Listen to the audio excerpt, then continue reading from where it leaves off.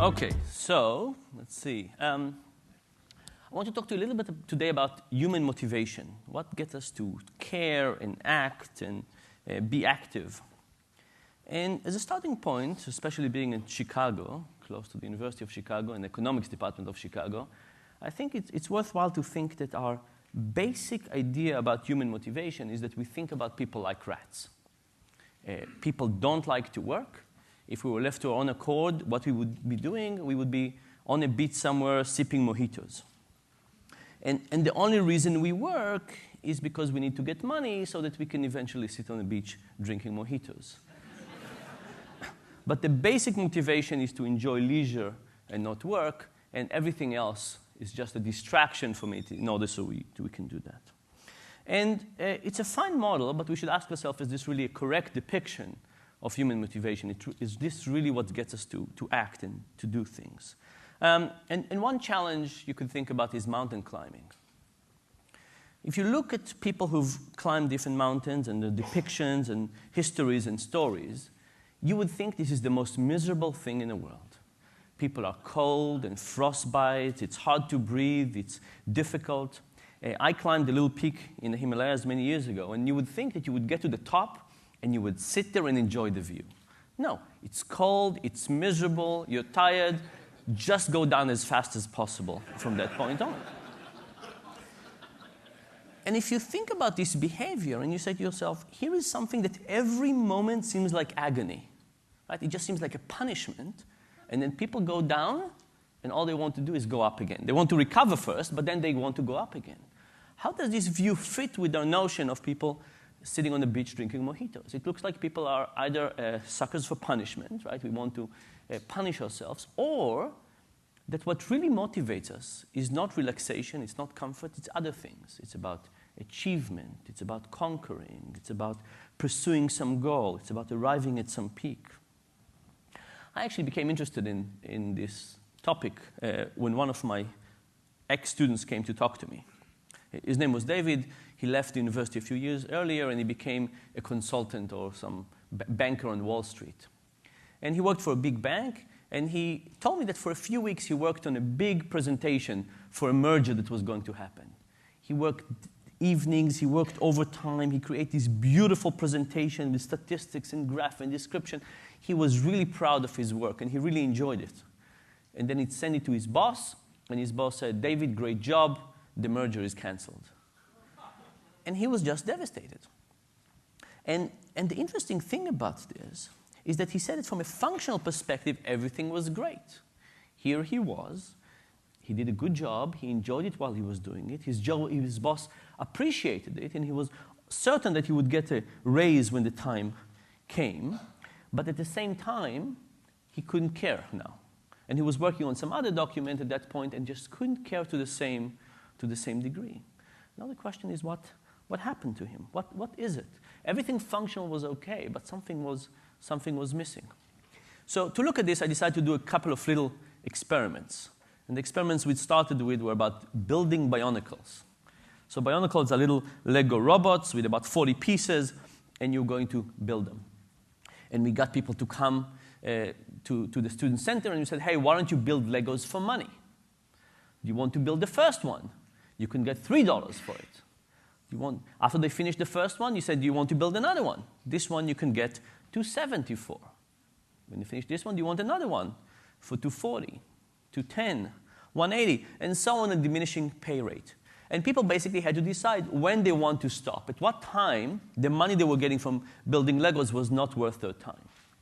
And we did this in one of two conditions. The first one was just like the way I described to you now. People build one Lego after another, after another, after another. And when they finished building all these Legos, when they finished building each of them, we took them and put them under the desk. And we told them that when they finished the whole experiment, we would take them, we would break them back, we'll put them back in the boxes for the next participant in the experiment.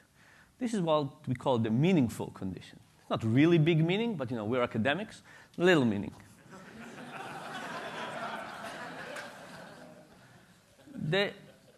The second experiment we call the Sisyphic condition. And in this experiment, people started building one Lego, and when they finished it, we took it back from them, and we said, do you want to build another one? And if they wanted to build another one, we handed them back the second one. But as they were working on the second one, we were taking apart the first one in front of their eyes. Right? And then if they wanted to build a third one, we would give them that one back. So it was a complete recycling. And we called it a Sisyphic condition after Sisyphus, who kind of pushed the rock over the same hill over and over. And you can ask yourself, how much of the demotivating aspect of Sisyphus come from the fact that he pushed the same rock on the same hill versus if it was a different hill every time, right? So building something, having it destroyed in front of your eyes, and then building it again seem kind of an essential element for being unmotivated.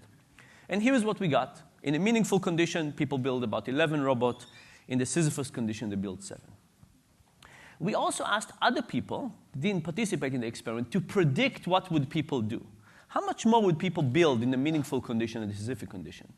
And people predicted correctly, but they dramatically underestimated the effect. People thought that the difference would be about 1 robot. The difference was much, much larger. Right? So we all understand that meaning is important. We just dramatically underestimate how important this is. And I will tell you that I recently I went to give a talk at a big software company. And this was a software company where these were a group of people who worked for 2 years designing a particular product. And they thought this was the best product for this company. And after 2 years of working on it, the week before I came, the CEO of that company canceled the project. And I've never seen a group of more demotivated people in my life. Right? And they all told me they felt like they're part of this Lego experiment. Right? They worked for a long time, and something was just destroyed in front of them. And I think basically their boss had the same mistake as our prediction experiment, where he understood that meaning is probably a little bit important, just didn't understand how big it is. And now he had a group of people who were completely demotivated, and so on. Now, there was another interesting part of this experiment, which is if you look at the correlation between how much people love Legos naturally and how much they persisted, you would expect that people who love Lego will build a lot and people who don't love Lego will build a little. There'll be some individual difference. And indeed, there was an individual differences. In a meaningful condition, people who loved Legos build more. People who didn't love them didn't build as many. In the Sisyphic condition, the correlation was 0, which tells me that we basically choked every inch of enjoyment people had naturally from Legos. Right? People come with a natural appreciation for Legos, some people, and we were basically able to crush that.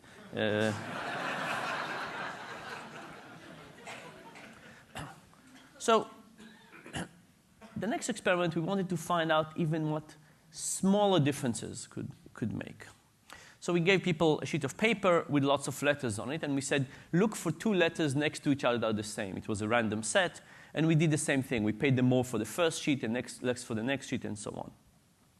And we had 3 conditions. In the first condition, every time you gave me a sheet, if I was the experimenter, I would ask you to write your name on the top. I would look at it like this. I would say, uh-huh, and I would put it on the pile. In the next condition, you didn't have to write your name. I would just take the sheet of paper, and without looking at it, I would just put it on a big pile of paper. No acknowledgement, just putting it down. In the third condition, if you gave me a sheet of paper, I immediately took it and shredded it. And now the question is, how much will people work in those 3 conditions?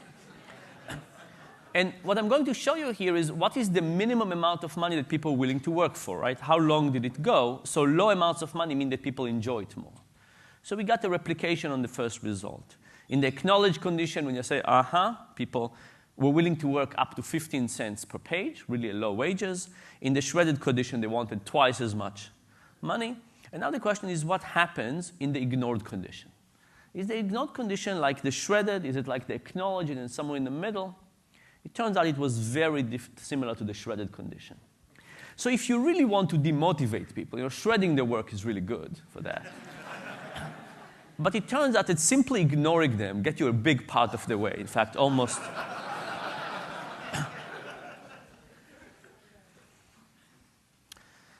So this was one part of motivation. It's about feeling meaning for what you're doing and acknowledged and so on. And we mostly did this by destroying people's motivation. Let's think for a second about the other part, is how we can get people to be more motivated, how we can get people to do more. And the idea here came to me after going to IKEA. So I don't know about you, but I like IKEA, but every time I get this furniture, I find myself that it takes me much longer than I expected to build this. And the instruction seems confusing. I often do a step and then have to backtrack, and when I have to guess something, I think I guess wrong more than 50% of the time. Lots of these things. And the thought is it the result of this, do I love my furniture more?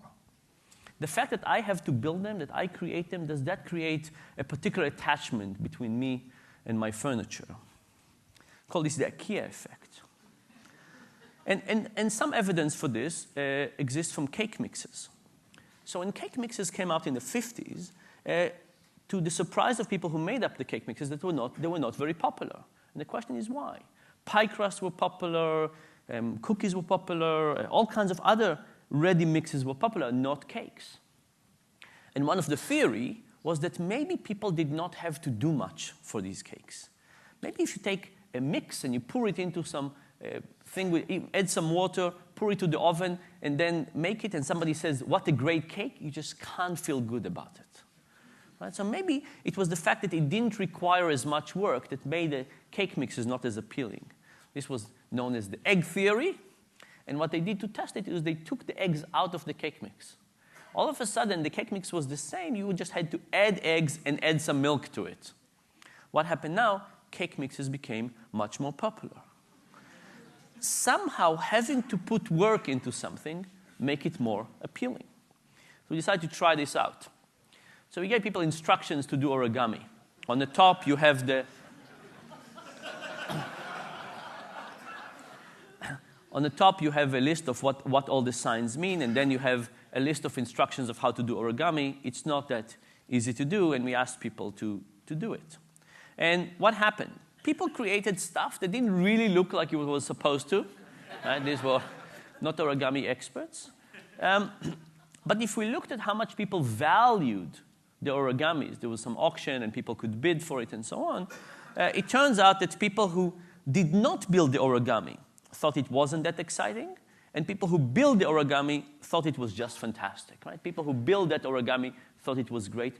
But moreover, people who build the origami, when we asked them to predict how much do these other people value these origami, they thought they would value them as much as they do. So what happened is that the people who build the origami not only thought it was wonderful, they also thought that other people would view it in their way. Now, we had another condition, which is, again, going back to the IKEA. We had people who got easy instructions, and for some people, we hid the top part. So they didn't really have the rule of how this works out. And unsurprisingly, they built even worse origamis. They were much uglier. What happened to the evaluations? People who built it thought it was better than people who just evaluated it. But people who got the hard instructions liked them even more. All of a sudden, they put more into it. It was more difficult, more challenging. They loved it more. And what about the people who evaluated it? They loved it even less, because it was objectively uglier.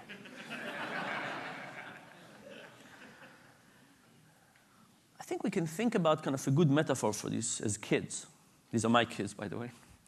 And imagine that I asked you, how much would you sell me your kids for? Well, imagine I could erase your memories and your thought and your emotion about your kids. How much money would I need to give you to compensate you for that? That's one thought. And most people on good days would say lots and lots of money. Or imagine that you didn't have kids and you came to some playground and you met some kids and you played with them for a few hours. And after a few hours, you knew a lot about them. And as you said goodbye, the parent of their kid said, by the way, they're for sale if you're interested. How much would you pay? Right? And most of us would realize that not that much. Right? Because the fact is,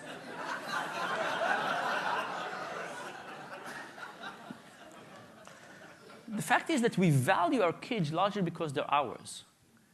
And a little bit like the IKEA furniture. It's because they're ours, because we put so much effort into them, and because it's hard and complex and difficult, the instructions are not clear, and so on. So what I want to propose is that we have this incredibly simple model of labor. Motivation is payment. That's basically it. And if you think about what we do in the workplace, that's basically the model we use. But this is not the right model. In fact, if you think about anything that you see in the world, it's very hard to think that this model is a good description of human behavior. It's not described zero, but it's definitely not a really good description of what happens. In reality, we have lots of other things. We have meaning, feeling of creation, challenges, and so on and so forth. And unless we understand those different elements, I don't think we could create the right environment. Now, just as one side comment, we can take money and we can make it fulfill other motivations. So, for example, we can get pride and get people to be proud in how much money they get. We can get accomplishment. We can get competition. Money can be a substitute for all of those other motivations. But it doesn't mean that inherently it's about all of those motivations. So human beings are complex. We have lots of things that we strive for, like in mountain climbing, and reducing all of it to just what salary we're getting is just not the right model. And finally, I want to tell you something about Adam Smith versus Karl Marx. Adam Smith has the notion about efficiency in the workplace.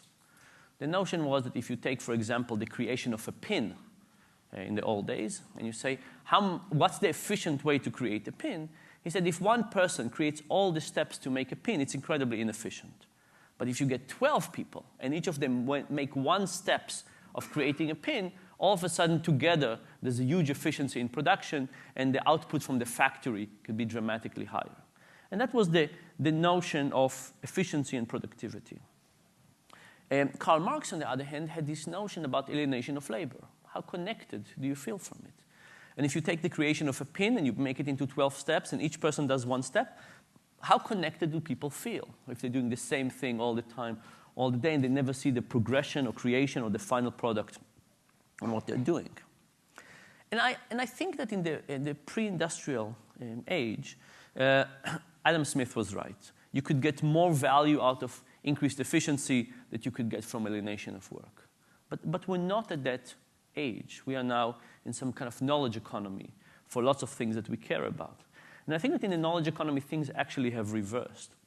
If you say, let's take a task, programming, creating a computer, whatever it is, and break it to lots of little tasks to make everything much more efficient, maybe we would get more efficiency in the Adam Smith world, kind of world, but would we get the same kind of improving, caring, motivation, meaning?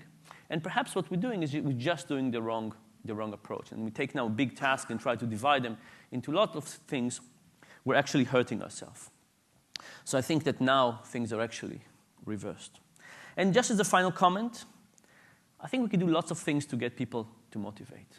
I think we can do things to get people to motivate to do much more, but at least I think we should try not replicate the Lego experiments in day-to-day life. At least we should try not to decrease people's motivation, which is something I fear we're doing way too often. Thank you very much.